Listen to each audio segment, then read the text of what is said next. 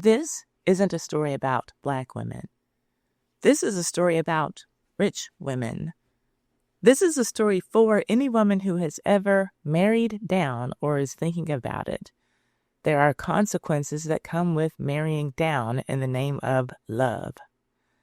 Now, if you don't know who Kandi Burruss is, let me catch you up really quickly.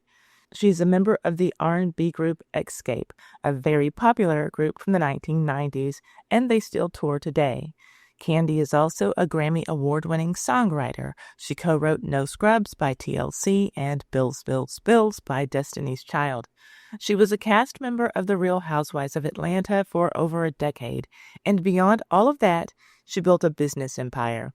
Restaurants, a trucking company, Broadway productions, and more. The woman is worth an estimated $30 million, and at the time of this video's release, she's prepping for a 3-month run on Broadway, joining the cast of And Juliet as Angelique. In 2011, she met a man named Todd Tucker. He was a line producer on her reality show. They got engaged in 2013 and married in 2014. Their wedding was such a spectacle that the Bravo network filmed it as its own 5-part spin-off series. But here's the thing. Kandi's mother, Mama Joyce, was staunchly opposed to the marriage from the start. She didn't believe that Kandi and Todd were economically compatible. And she never bit her tongue about her thoughts on Todd, and she often came across as mean-spirited in the way that she would talk about him. Though now, I must say, maybe, just maybe, Mama Joyce was right. She pushed hard for Kandi to get a prenup because she was worried that Todd would take financial advantage of her daughter. Kandi didn't take her mother's first piece of advice, which was to not marry him at all. But she did get that prenup signed. Fast forward to November 2025, after 11 years of marriage, Kandi filed for divorce, and almost immediately, Todd fired back. He's now challenging the validity of that prenup, claiming that he was pressured to sign it without his lawyer present moments before the wedding ceremony. Todd, do you have any questions? No. Okay. You just ready to get this over with? Yes.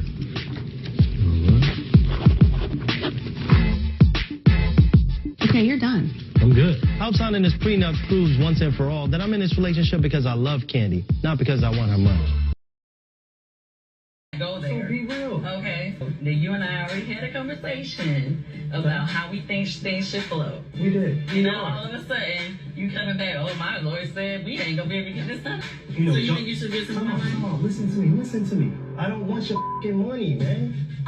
Damn, that's all y'all think about is money. You, your mama, all y'all. Well, that's you thinking about. Okay. He's demanding primary custody of their 2 children, and the angle here seems to be, if I can't get more cash, I'll get child support. And if the prenup gets thrown out, he's made it clear he'll be seeking alimony. But Kandi's legal team pointed out that the entire journey to signing that prenup was filmed and broadcast on Bravo television, with Todd's full knowledge and consent. There's footage of him saying he was, quote, good to sign, after speaking with his lawyers on and off camera. The very show that made their love story public might be the thing that saves Kandi's fortune. If Bravo clips end up being the downfall of Todd's divorce claims, it would be an ironic ending to a marriage that blossomed because of the Bravo network. And here's where it gets even uglier. Reports have surfaced that Kandi discovered Todd had been talking to other women behind her back, which some people think is odd because they were in an open marriage and reportedly regularly welcomed other women into their bed. There are videos floating around on social media where Todd makes remarks that suggest he wasn't even attracted to her, which is insane to me personally. I think that Kandi is a beautiful woman. And I want you to sit with that for a second, because what we're watching in real time is a man who couldn't cope with being the significantly smaller earner. He can't match what she built, so now he's trying to tear it down. He's trying to drag her down and through the mud because his ego couldn't survive being in her shadow. And when my friend and YouTube colleague Color Me Pink made a video about this situation, I left a comment. You can see my comment and the replies here. Someone in the comments asked, "But what if it were in reverse? Would we be having the same conversation?" And my answer is this. Until these men who marry up are comfortable with not being labeled as head of household, until they're okay with being called the roommate or the dependent, this whole what if it was reversed argument doesn't fly. We don't live in that world. We live in this one, the one where men want to be seen as head of household. But more than that, they need to feel it. And in this world, not some imaginary equal one, money is the marker. When a woman significantly out-earns her husband, he often feels small, and some men turn that smallness into resentment, entitlement, and or sabotage. And listen, the gold digger conversation does happen with women. I'm not going to pretend that it doesn't. Some women are gold diggers. But here's the truth. When a woman marries a wealthy man, works alongside him, rears the children, and genuinely contributes to the marriage, and then they divorce, she still gets called a gold digger. She can prove her worth 6 ways to Sunday, and people will still say she was just in it for the money. But when a man like Todd marries a wealthy woman like Kandi and does far less, some people, as you can see from some of these comments, will still bend over backwards to defend him. He wasn't broke or a bum, when literally no one said that he was. He contributed. He was there. The bar for these men is on the floor, and they still get the benefit of the doubt. Now, some people might like to believe that this is just a Kandi Burruss problem, like this is just a reality TV thing, but let me read you a list of names, and tell me if you see a pattern. Hint, the pattern does not lie in this being a thing that only happens with Black women. Janet Jackson had to pay Renee Elizondo Jr. about $15 million. He had been one of her backup dancers, and when he became her ex-husband, she had to pay. Madonna had to pay Guy Ritchie somewhere between $76 and $92 million, one of the largest divorce payouts in history, and she was the one writing the check. All of these amounts are just what has been reported. I don't know the exact figures. He actually became known as Mr. Madonna during the course of their relationship. I'm sure that he loved that. Wendy Williams was paying Kevin Hunter $37,500 a month plus $250,000 so he could find a new home. Another man who came up on the husband-to-manager pipeline. Britney Spears followed Janet Jackson's footsteps in more ways than one.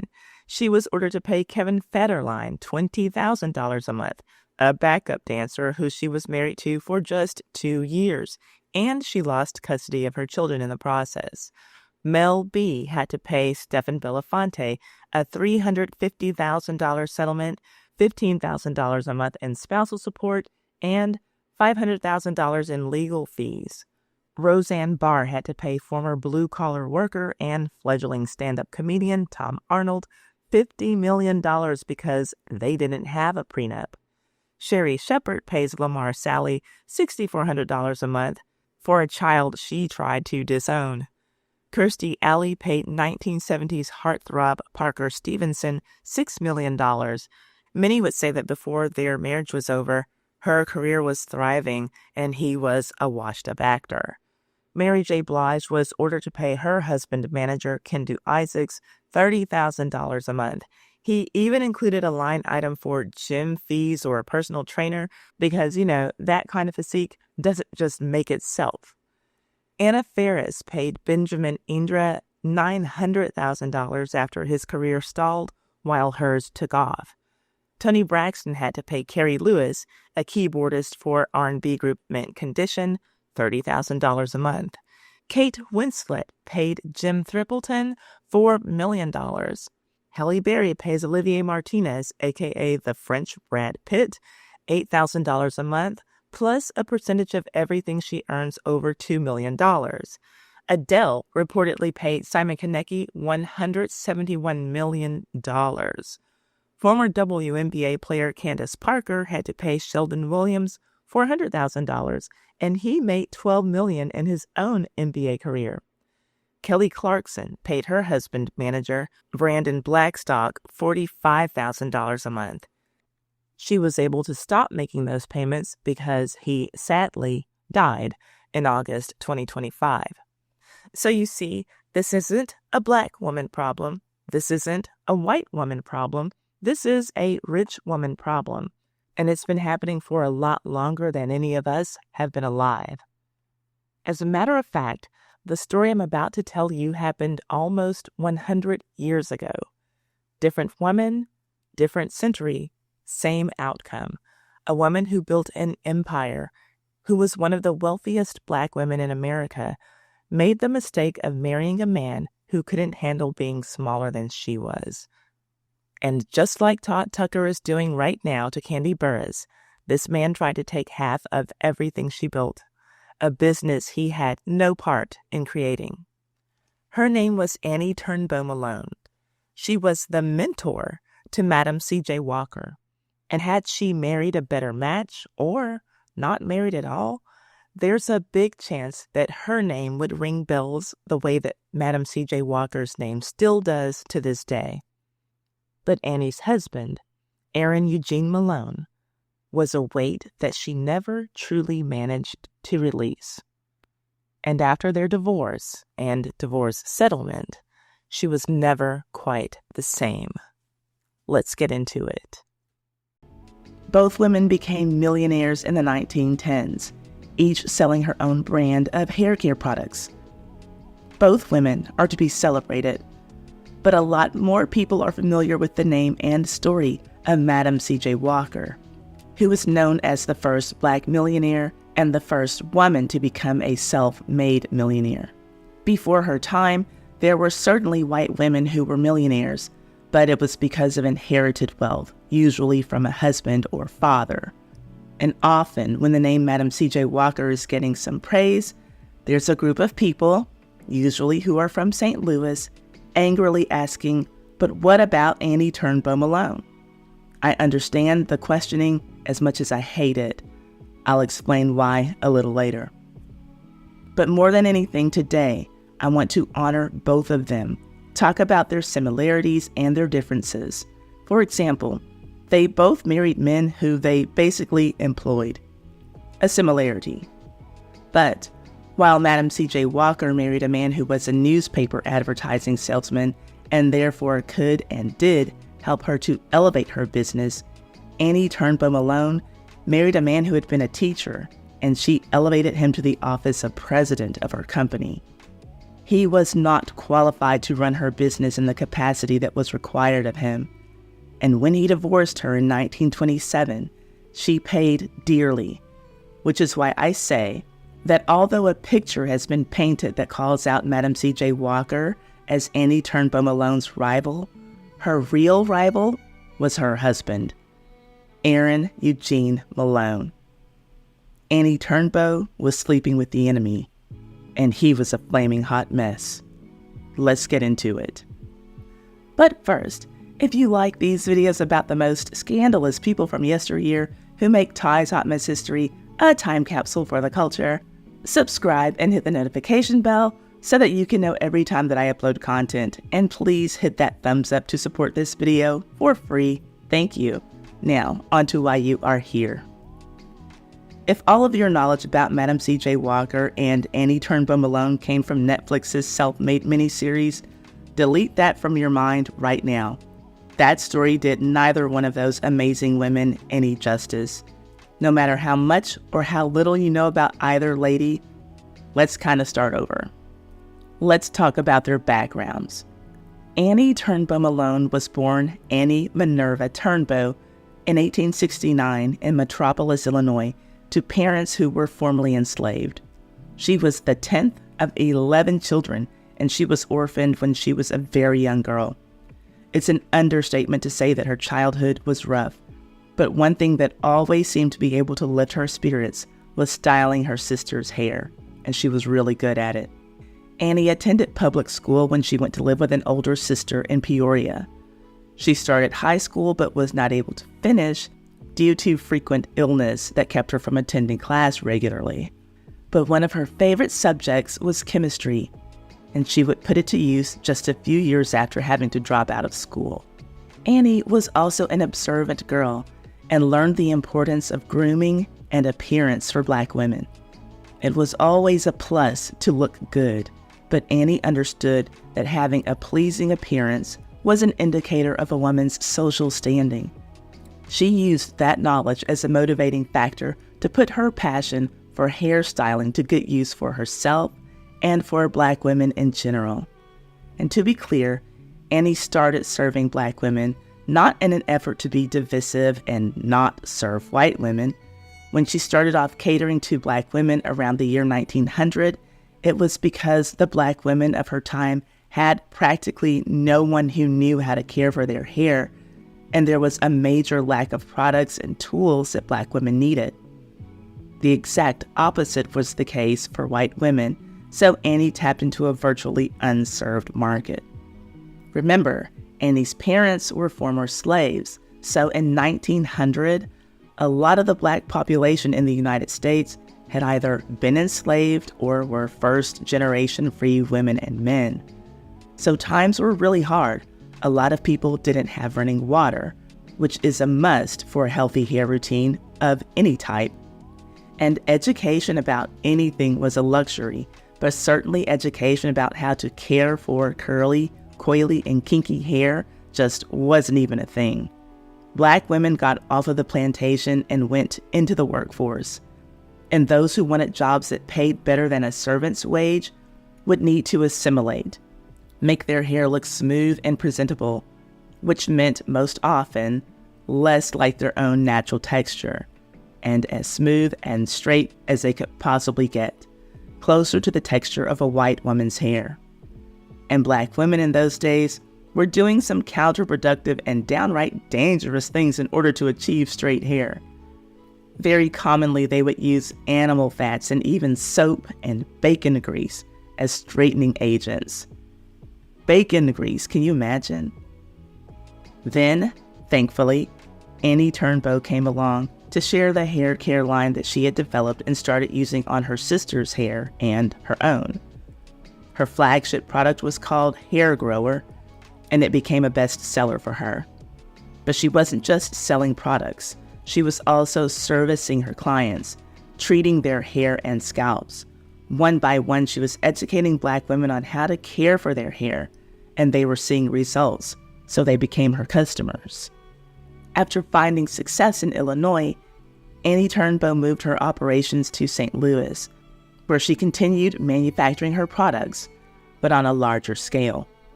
And she opened the Poirot College Company. There, she would continue to provide hair and scalp treatments for her customers and also train other women to provide the same services and hire sales agents to go door to door selling her hair care products.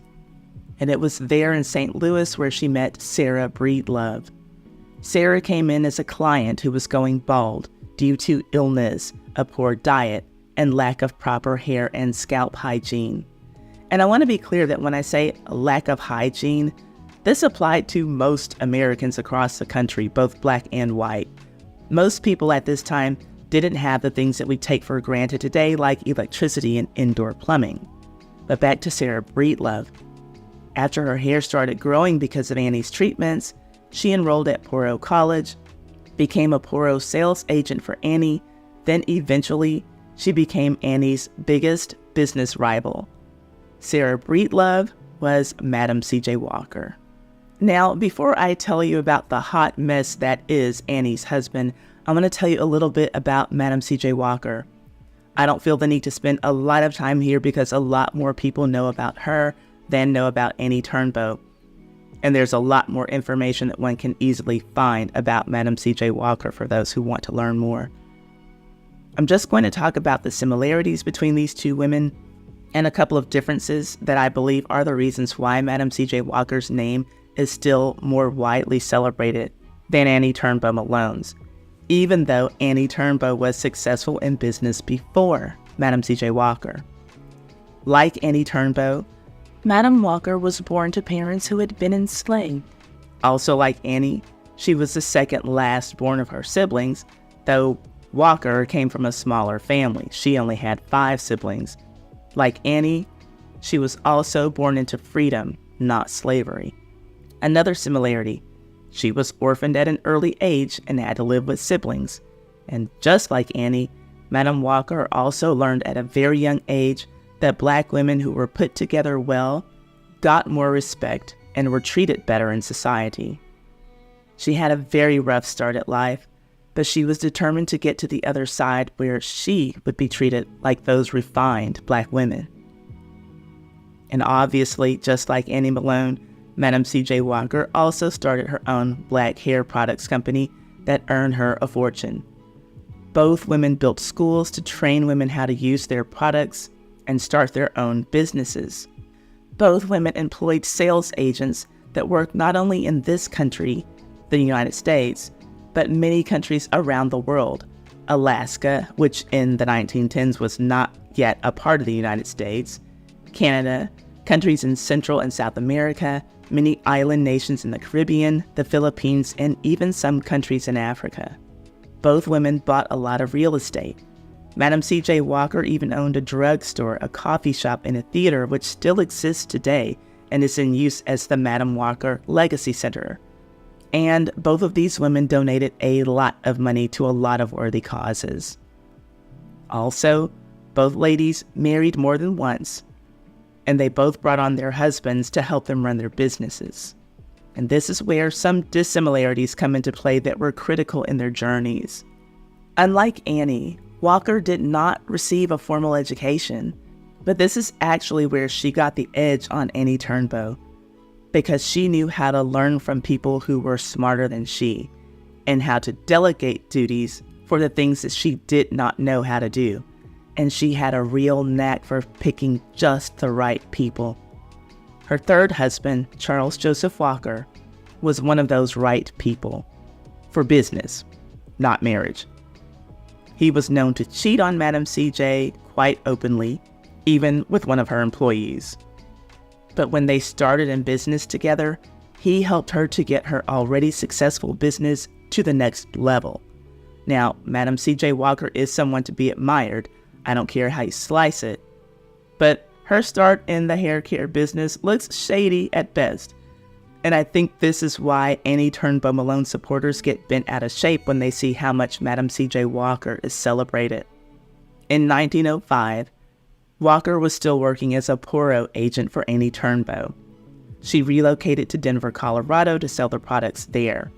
In the same year, she also started developing her own products that seemed to be very similar to Annie's. This is how she said she got the formula for her products. Quote, "God answered my prayer. For one night I had a dream, and in that dream, a big black man appeared to me and told me what to mix up for my hair." End quote. A black man told you something useful? You're right. Well, I'm just kidding about that, y'all. But seriously, that was her story. That was what she said. Now, I'm just going to say that I don't believe that. I 100% believe that she was, let's say, heavily inspired by Annie Turnbo's products that were right in her house because she was selling them. I see her very much as the John Amos character from Coming to America, whose McDowell fast food restaurant seemed to have a lot of similarity with McDonald's. After all, Walker was selling Poro Hair Grower. Then she created Wonderful Hair Grower. I think that that's more than a coincidence, but I have to point out that this formula was nothing new. It had been around for more than 100 years, so it didn't belong to Annie or Walker. As a matter of fact, they weren't even the only two people who were selling it. They were just the biggest names in the game. A news page from the New York Age in 1915 shows 5 different companies selling some variation of the same product. Each company just put their own spin on it, maybe adding an extra oil or a fragrance, then putting it out on the market. But Annie Turnbo and Madam Walker are the ones who became the most successful at it, which brings us back to Madam Walker's husband. He was a newspaper man in advertising sales. He knew about advertising and what made a product sell, and he had a lot of connections that he used to help Madam CJ expand her business rapidly. She had gained a lot of knowledge from the Poirot College, very likely also studying Annie's products, and from her brothers. 3 of them were barbers and owned their own barbershop. There's no doubt that at the start, Madam C.J. Walker and her husband were partners, each who brought something unique and very necessary to the business. Unlike Aaron Eugene Malone, Annie Turnbo's husband. They had known each other in childhood, then reacquainted as adults.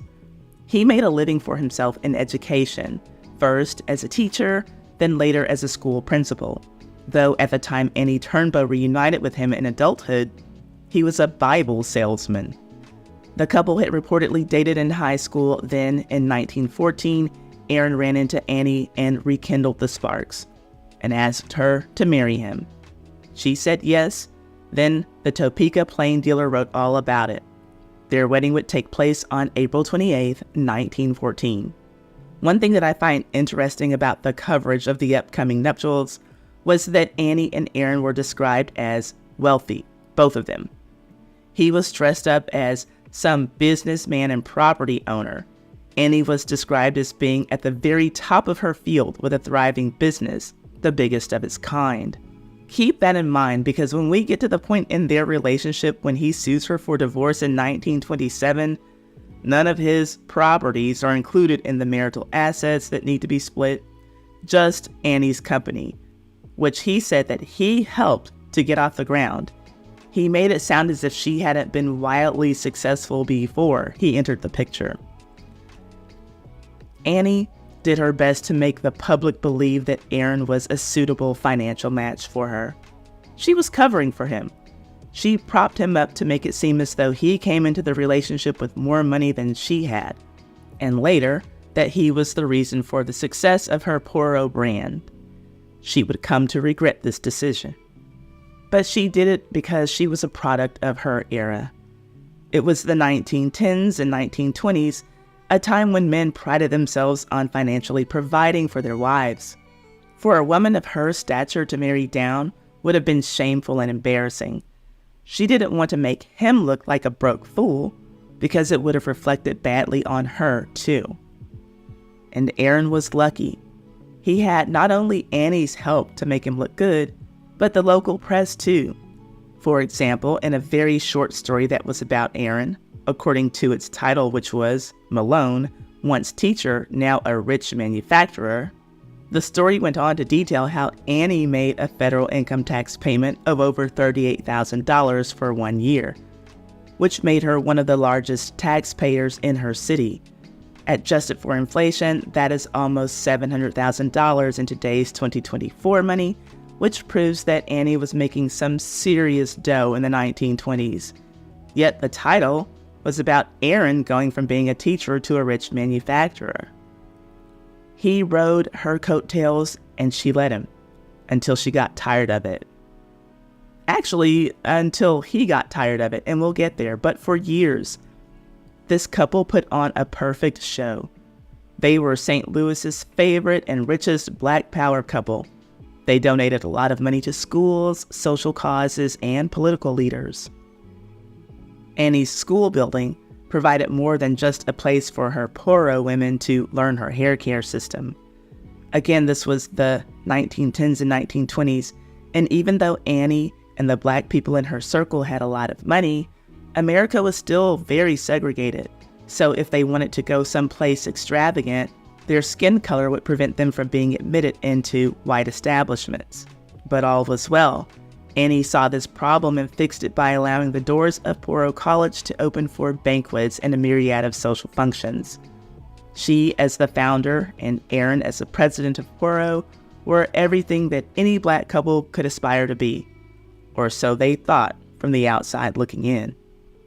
However, truthfully, Annie was getting tired of her husband, and the public just didn't know. But they would find out in February of 1927 when he filed to divorce her. Just her, not her money. He still wanted that. So how did the couple get here? Because when the times were good, they seemed to be really good. Annie and Aaron were called the leaders of the St. Louis Negro world. Business was going so well that Burruss had 75,000 agents selling its products all over the globe. They were bringing in $250,000 per year. That's almost $8 million in today's money. And when the money is rolling in like that, what do? You spend it, and the Malones did. They traveled to Europe several times in their 13-year marriage. Sometimes it was for business, to check on their operations there, but often it was for pleasure. And you have to understand that transatlantic travel was not something that people could easily just do for fun in those days, especially Black people. And not only could Annie afford to take those trips, but she could afford to take those trips in style, in first-class accommodations. I think that this one sentence from the St. Louis Star and Times illustrates their lifestyle succinctly. Quote, "They had toured Europe together, and they had lived in a style that most persons of any color could never attain." End quote. She was respected by wealthy white businessmen because she was earning as much money as they were. Annie was already doing quite well before Aaron came into the picture. She was earning, by our standards, $850,000 per year. Aaron did add a little value, but not anywhere near as much as he gave himself credit for. His contribution was a relatively small one, using his former Bible sales stops as places to distribute her products. The Malones were always attending and even hosting charity functions. And when they hosted anything, they did it on a grand scale at the school. In 1920, they added a huge reception hall to the school that enabled them to really go all out for their social functions. I can't stress just how big of a deal this was, especially for the handful of upper-middle-class Black people who had money to donate to charity and spend on tuxedos and ball gowns and luxury cars. They couldn't simply just rent out white-owned banquet halls at that time. Annie's ballroom gave them a meeting place for their version of high society, and its opening was covered by Black newspapers from all over the nation and attended by wealthy Black people from several states. In the 3 years before their divorce, they had given away over $90,000 in donations to a number of organizations, attending those galas all dressed up and hand in hand. Among those recipients of funds from the Malones were Howard University and what was then called the Negro YMCA. These two were the picture of a loving, supportive couple. Now, the citizens of St. Louis were surprised to hear about this divorce filing when it came, but Annie most likely wasn't. Things at home had not been feeling lovey-dovey for well over a year before Aaron filed to divorce her. Here's what the divorce petition revealed. The Malones had been living at Burruss College for at least a couple of years before the divorce. There were a number of living quarters there, so that's not really the issue.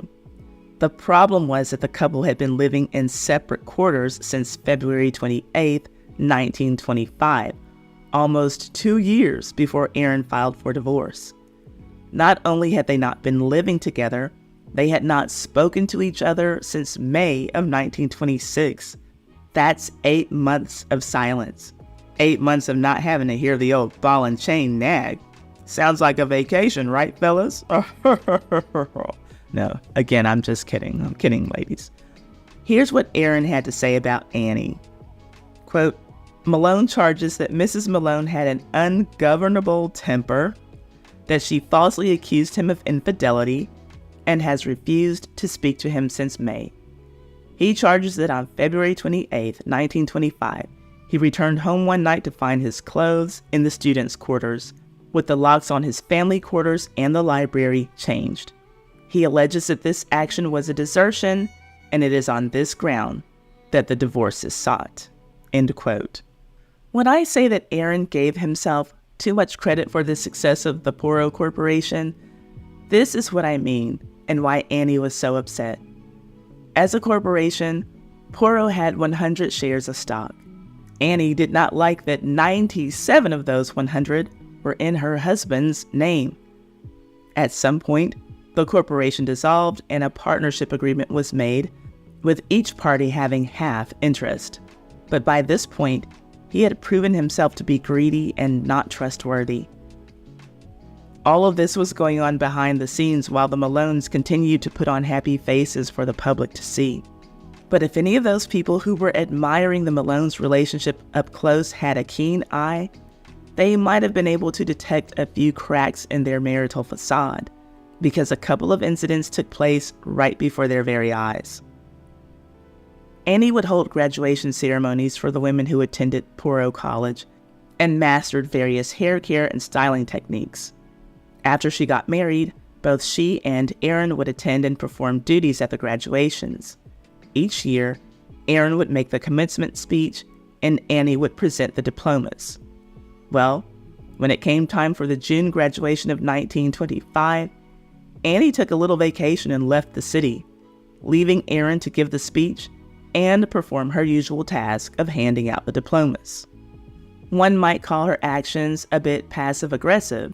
What do you think? Annie was fed up. She'd had it up to here. If I were on camera, you'd see my hand slightly above my head, indicating her level of piss-offedness at her coattail-riding husband, but alas, I'm not on camera. Here's another example of one of her public displays of resentment for her husband that was printed in the St. Louis Star. While the Malones were hosting a banquet in their fabulous ballroom, Annie ordered for Aaron's plate and chair to be removed from the head of the table. Boy, oh boy. If that was not the most public way of saying, you are not the head of this household, I don't know what is. And it was at that moment that he knew that he needed to file for divorce. As long as she didn't respect him privately, it was okay, because he could still look like the big man to the public. But public disrespect in front of their rich circle proved to be too much for Aaron's ego to bear. And with the divorce story now public, Annie went on and spoke her piece. Now, we all know that Annie had an innate knowledge of how Black women needed to present themselves in order to be respected. That was a huge part of her business, giving Black women the right hair to help them get their feet in the doors of the right places, along with teaching etiquette and anything else that would help Black women appear to be more polished. That was who she was. But after Aaron called her out, all of that etiquette went out of the door. She went into full-blown code-switching mode. In case you don't know what code-switching is, it is simply customizing one's style of speech to address a particular situation or audience. So, while I'm sure that 95% of the time, this is the Annie that people got. Hello, I'm Annie Turnbo Malone. Welcome to Poro College, where I can show you the science of growing your hair and growing your bank account. This is the Annie that they got after Aaron filed for divorce and started flapping his gums about her to the press. Aaron? That sorry-ass, good-for-nothing, broke-ass Negro didn't run a goddamn thing over here. This lazy, Bible-selling Negro didn't have 2 pairs of shoes when I met him. He came around me creeping on a come-up. Okay. I'm paraphrasing slightly, and I'm sure that she didn't say all of that, but she did say a lot. On January 15th, 1927, she made a public statement about her husband's request for a divorce and his claims against her. It was printed in the St. Louis Globe-Democrat, and here are her own words. Quote, "All I can say is, God forgive him, for he knows not what he does. That college belongs to me to the last penny, and now he claims partnership, saying he made Poro College a national institution. I gave him the job of manager of Poro College in 1914 when we were married, so that he wouldn't be embarrassed. But he was only technically a manager and never contributed even an idea to the business. I transacted business as usual, thought out every move and directed every step, and let him think it was his doing. I did that to avert just this controversy. But he would continue to antagonize me and everyone he came in contact with, and the break finally had to come." End quote. My.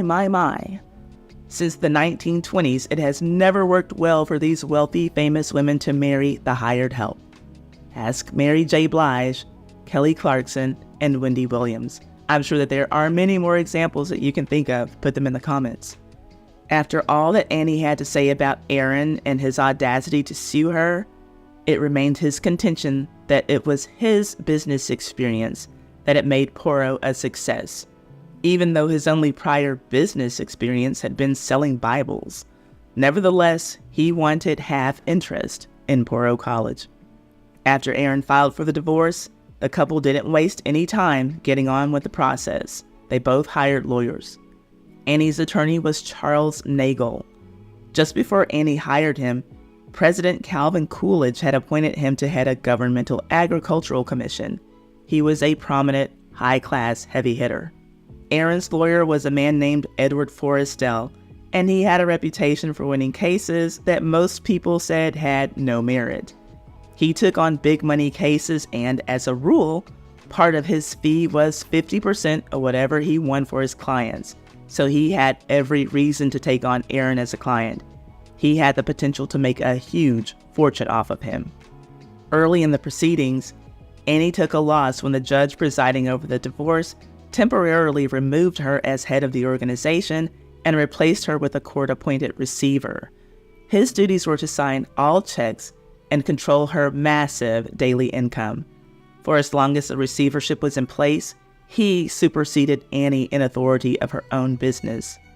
On his first day at Poirot, he called all the department heads in for a meeting, in which he informed them that he was putting a stop payment on all outstanding checks. The most important detail that he let them know was that he was the boss now. The St. Paul Echo described him as a gentleman of the crimson neck variety. And I must say that that is the most colorful way that I have ever seen anyone call a man a white man.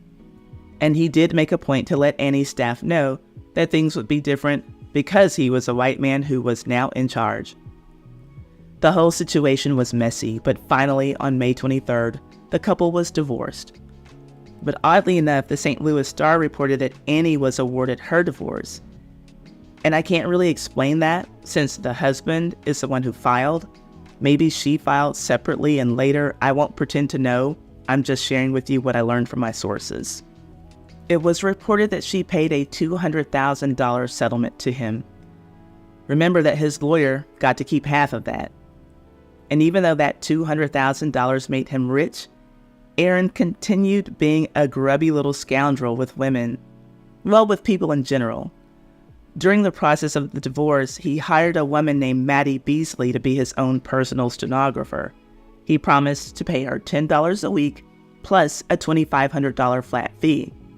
He paid her all the $10 weekly payments, but never the $2,500. Right after he settled for his payday from Annie, he was sued 4 times within 1 week from July 18th to the 23rd, all stemming from the side deals that he had related to Annie's business, directly or indirectly. Another lawsuit was from a man named William Dawson, who also owned an interest in Annie's property. But he was suing Aaron because his dealings had been with him. He was looking for $7,500.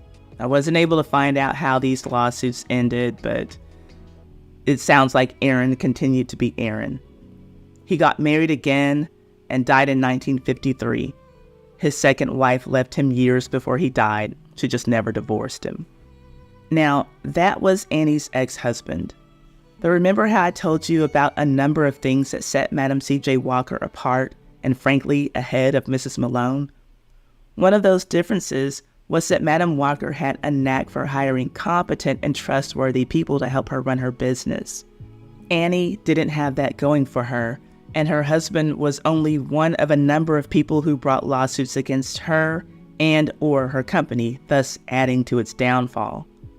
Shortly after she married Aaron, another man sued her, and he had made claims that were very similar to her husband's.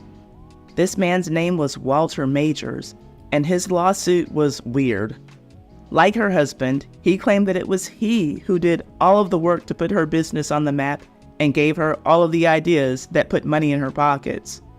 Well, Annie claimed that this man was nothing more than her chauffeur. This case got even crazier when Annie's lawyer quit defending her because she told him that she was only going to pay his entire fee if she won. According to the St. Louis Dispatch, he told her, "I am my own judge when I need money," and he left her to find another lawyer. Also, in the same article, it was very clear that the paper had a problem with the notion that Burruss College was a college. The word was written several times, and every time in quotations, to the point that it got ridiculous. It was super petty. The writer also seemed to have an issue with the fact that Annie had a fancy car and liveried servants. I understand that Burruss wasn't a 4-year university, but beauty school or cosmetology school is school. I know that I like for my hairstylist to have a license, but I digress. Long story short, after 22 years of litigation, Annie lost the breach of contract lawsuit with this man and had to pay him $20,000 in 1937, 10 years after her divorce had been finalized, and parts of his litigation overlapped her divorce. Then, later in the same year after her divorce was finalized, Annie got hit with another weird lawsuit. This time it was a black male newspaper editor named Edgar G. Brown. For some reason, he had been escorted out of Annie's auditorium during a musical performance. Annie had him removed by police officers. Not much was written about this case, but he was suing for humiliation, claiming that he felt insulted, frightened, and humiliated as a result of being kicked out of her auditorium. And he just wanted a little pay for his pain. Just $100,000, about $1.8 million by our standards today. This fool said that the police officers were armed with nightsticks and badges. Armed with badges. And that intimidated him. I never saw the outcome of this one either, but I can't imagine that Annie would have been ordered to pay him $100,000 for getting thrown out of her venue. There were other lawsuits, but the point is that Annie had a lot of people around her who were not trustworthy, who turned their backs on her, and it sounds like there were times when she turned her own back on people who might have been doing right by her. Nevertheless, she went on to live a good life. But after paying her husband a huge sum of money in the divorce, her Burruss empire was never the same. There were a number of lawsuits, then she moved the company's headquarters to Chicago. After that came the stock market crash of 1929, then the Great Depression that negatively affected her business and almost every other business in the country. Burruss didn't go under, but it never regained its original momentum. Annie lived out the remainder of her life giving to philanthropic causes and being honored as an innovator in the black hair care industry. Her story deserves to be told, and her name deserves to be remembered. I do think that it's sad that her legacy is largely a footnote in Madam C.J. Walker's story, especially when Annie gave Walker her start in the industry. That being said, I can certainly understand why Madam Walker's name had a wider reach and why it is still the one that is more recognized today. Madam C.J. Walker, though she did not have the education that Annie Malone had an innate ability to deliver good marketing also, and that resonated with the audience she wanted to serve. Often Annie would use biracial women in her marketing materials. They would have called them mulattoes in her day. And while this was a look that many black women aspired to back then, and some still today, they would never look like that. Most of the women who purchased those hair growers looked more like Madam Walker and Annie. So Walker put her own before and after pictures on her products, letting black women know that having a white parent wasn't the secret ingredient to long, healthy hair. Now, Madam Walker died in 1919, so she didn't get to lead her business for as long as Annie had led hers. So who's to say if maybe she would have hit some of the same stumbling blocks that Annie did in her long career. But in her time as the head of the Madam C.J. Walker Company, her business was not plagued with lawsuits in the way that Annie's was. and she hired people who she trusted and who trusted her and who wanted her to succeed. Annie just didn't have that going for her. Yet and still, she accomplished so much. And even though Madam C.J. Walker goes down in history as the first Black self-made millionaire, Annie got there too. Both of these women accomplished that feat in the 1910s. Before anti-lynching laws or the civil rights movement or affirmative action, these two women who were born to parents who had been slaves became a couple of the richest people in the world. And that should be celebrated. It's recorded in history that Madam C.J. Walker was the first one to become a millionaire. And some people say that that's not true, that Annie got there first, but let's say that the history is the truth. If the Guinness Book of World Records got it right, and Madam Walker was a millionaire first, Annie was right on her heels, and she was making hundreds of thousands of dollars at that time. And if the truth is vice versa, still, both women accomplished something major. Now, I don't think that it will ever happen, but I'd love to see people move past the comparisons and scarcity mindsets when it comes to things that Black women achieve and realize that there is room for all of us. I'll never forget when I was a young girl and my parents had a subscription to Ebony magazine. There was an issue that had on the cover Whitney Houston, Janet Jackson, and Anita Baker, asking which one was the best. As young as I was, even then I knew that these women shouldn't have been compared in that way. They are all very different. The only thing that they had in common was their huge success, but we were told to pick one. And the same type of thing happened before then and continues now with Black women. So many people are still trying to figure out who is the queen of rap instead of enjoying the fact that a lot of women are doing well in that field. And it's something that I don't even see happen with Black men. I don't know how many rappers look something like this. And the people who like them, like all of them. There are no contests in which one must choose his favorite red-headed dreadlock-wearing rapper. And I could be wrong, but I don't think that the same type of comparisons exist for white women. I'm an 80s kid, and as far as I know, it was okay to like Madonna and Cyndi Lauper and Pat Benatar and Annie Lennox. White women, please let me know. Maybe I'm wrong. Maybe my white friends didn't let me in on all of the pop music secrets. But there I go on another tangent. One of the points of this video is obviously that both Madam C.J. Walker and Annie Turnbo Malone deserve recognition. It should be and not or when it comes to them. Madam Walker is celebrated worldwide, and Annie's legacy is revered in St. Louis, where she made her fortune. She died in 1957 after suffering a stroke, and the Annie Malone Children and Family Services Agency still thrives today, carrying out its mission to improve the quality of life for children, something that was very near and dear to Mrs. Malone's heart. St. Louis also holds an annual Annie Malone May Day parade in their downtown. I love that the city won't let their heroine's legacy die. And I understand their frustration at why she isn't more well known. Her legacy also lives on through the sorority Zeta Phi Beta. She was inducted as an honorary member in 1926. Now, the other, maybe not so obvious point of this video is to hopefully inspire someone. I don't know when you are watching this, but I premiered it on New Year's Day 2024 for a very intentional reason. The start of a new year is often a time when people set goals and resolutions for themselves. And it is my hope that the rags to riches stories of two Black women who were born to parents who were slaves inspires you to know that you can do anything. Madam C.J. Walker didn't start her company until she was 41 years old. And I believe that Annie Malone was just slightly younger, around 37 when she started hers. Today, we say that's kind of old to get something started.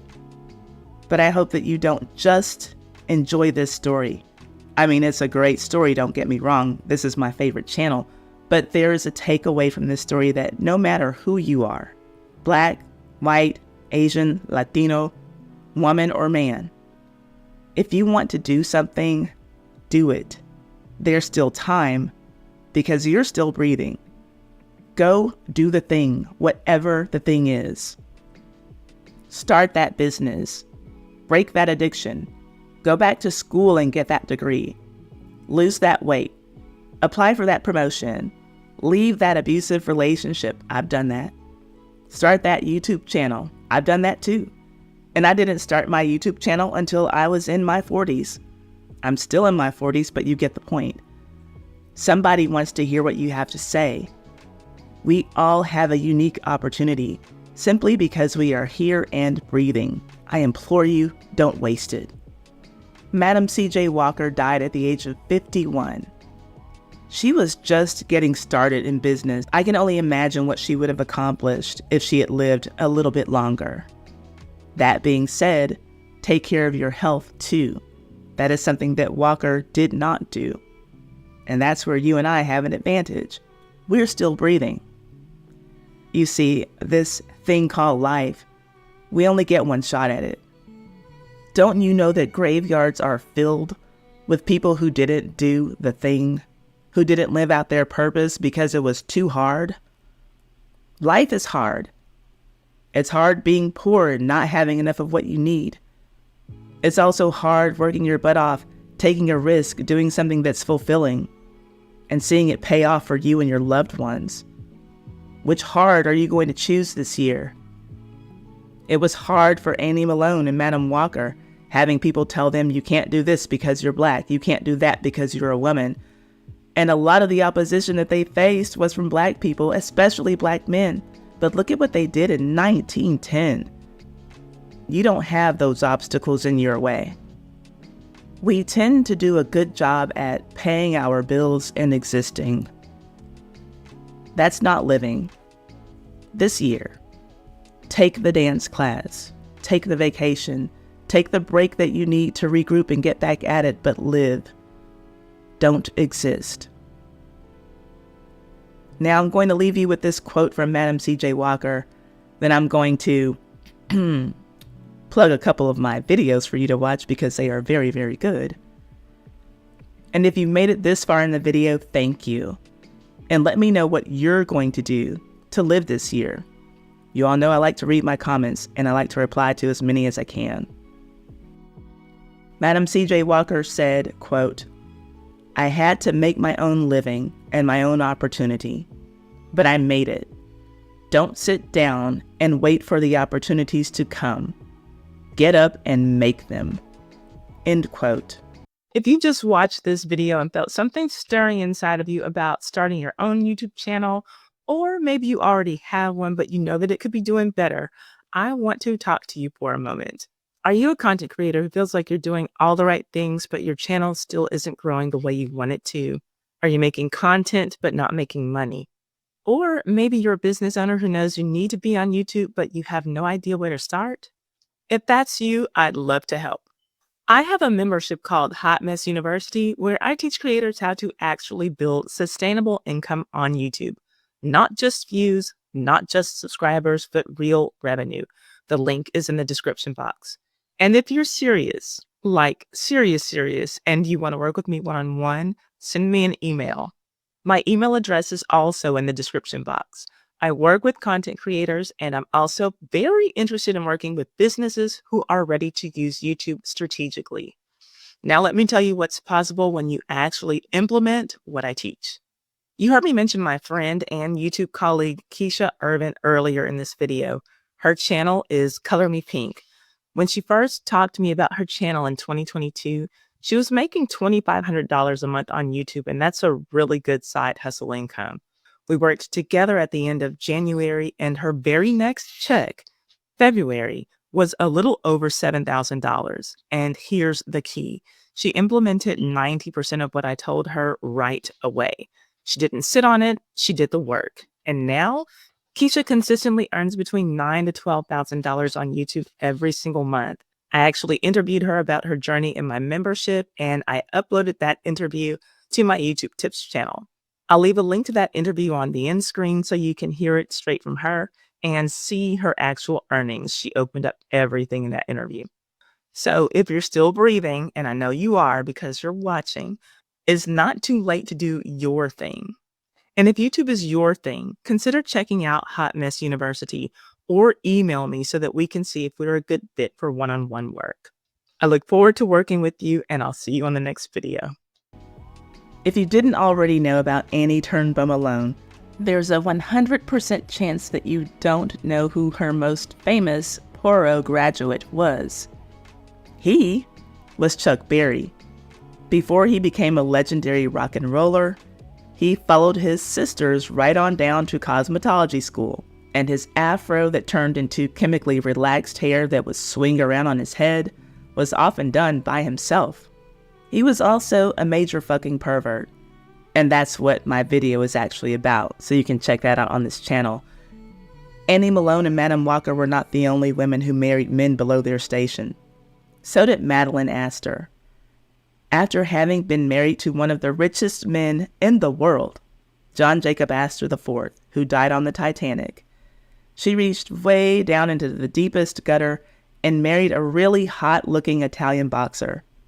He was never good in the ring, but he was pretty good at beating her. The results of that marriage were even worse than what Annie Malone suffered from her marriage to Aaron. I published a video about that saga that you can see here. I'll leave a link to it, and also the Chuck Berry video, in the description box. My sources for this story are the Topeka Plain Dealer Archives 1914 and 1918, On Her Own Ground, The Life and Times of Madam C.J. Walker by Alelia Bundles, the California Eagle Archives 1923, the Smithsonian National Museum of African American History and Culture, the Hartford Courant Archives 1932, the St. Louis Post-Dispatch Archives 1915, 1925, and 1927, the St. Louis Star and Times Archives 1925 and 1927,